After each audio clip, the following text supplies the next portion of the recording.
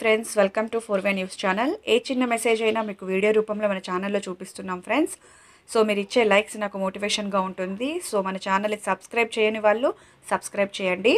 అలాగే పక్కనే ఉన్న బెల్ ఐకాన్ని ఒక్కసారి క్లిక్ చేశారంటే నేను చేసే ప్రతి వీడియో మీకు నోటిఫికేషన్గా వస్తాయి. ఈరోజు మన ఛానల్కి 2 అప్డేట్స్ వచ్చాయండి. మొదట వచ్చేసి టిట్కో ఇళ్ళ అర్హత ధృవీకరణ పత్రం 10 రోజుల్లో అందజేస్తామంటూ ఒక కథనం వచ్చిందండి. మన నెక్స్ట్ టాపిక్ వచ్చేసి సెక్యూరిటీ ఫీచర్స్తో ఆధార్ కార్డ్. ఈ 2 టాపిక్స్కి సంబంధించి వివరాలు చూద్దామండి. టాపిక్లోకి వెళ్ళే ముందు రిక్వెస్ట్ అండి, మన ఛానల్ని ఫస్ట్ టైం చూస్తున్న వాళ్ళు లేక సబ్స్క్రైబ్ చేసుకొని వాళ్ళు ఉంటే ఫస్ట్ సబ్స్క్రైబ్ చేసుకోండి. మన 4వే న్యూస్ ఛానల్లో చూపించే వీడియోస్ అన్నీ మన పత్రికల్లో వచ్చే కథనాలను మీకు వీడియో రూపంలో క్లియర్గా చూపిస్తున్నాము. సో ఇక లేట్ చేయకుండా టాపిక్లోకి అయితే వెళ్ళిపోదాం. మన పురపాలక శాఖ మంత్రి బొత్స సత్యనారాయణ గారు అధికారికంగా చెప్పడం అయితే జరిగింది. బుధవారం వీడియో కాన్ఫరెన్స్ ద్వారా తదితర అధికారులతో మాట్లాడడం జరిగింది. దానికి సంబంధించి ఆర్టికల్ ఒకటి చూద్దాము.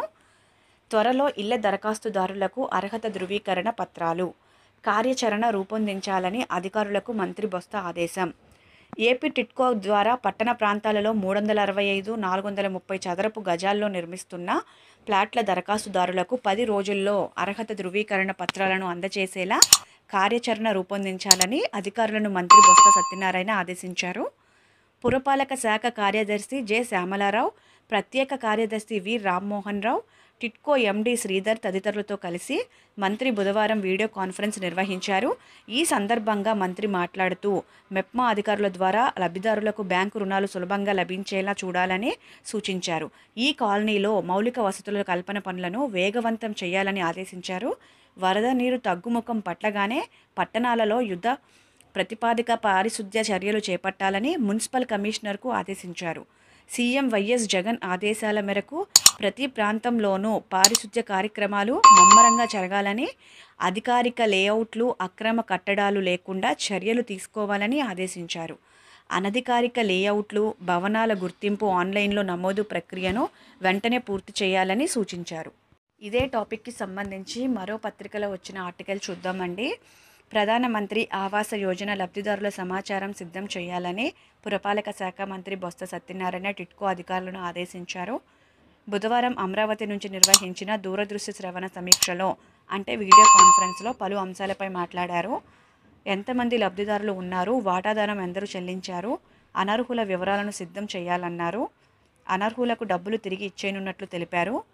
365, 430 చదరపు అడుగుల లబ్ధిదారులకు రుణాలు నగరపాలక సంస్థ మెప్మాతో మంజూరయ్యేలా చర్యలు తీసుకోవాలన్నారు.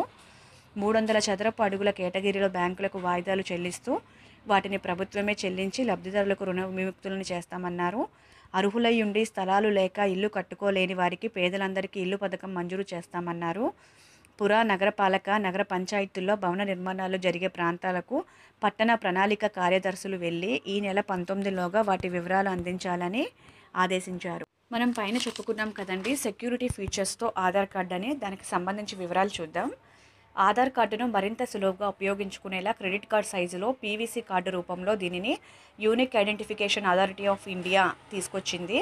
పాలీవినిల్ క్లోరైడ్ కార్డు అంటే పీవీసీ కార్డును పర్సులోనే పెట్టుకొని ఎక్కడికంటే అక్కడికి తీసుకెళ్లొచ్చు.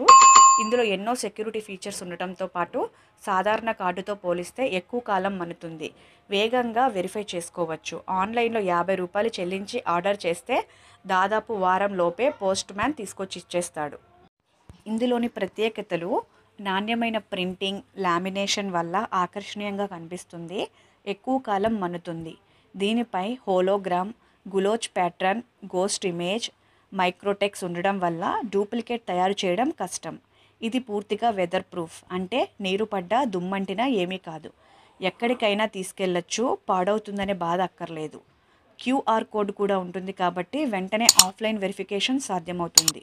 ఇష్యూ డేట్, ప్రింట్ డేట్ కూడా ఉంటాయి. ఉబ్బి కనిపించేలా ఆధార్ లోగోను ముద్రించరు.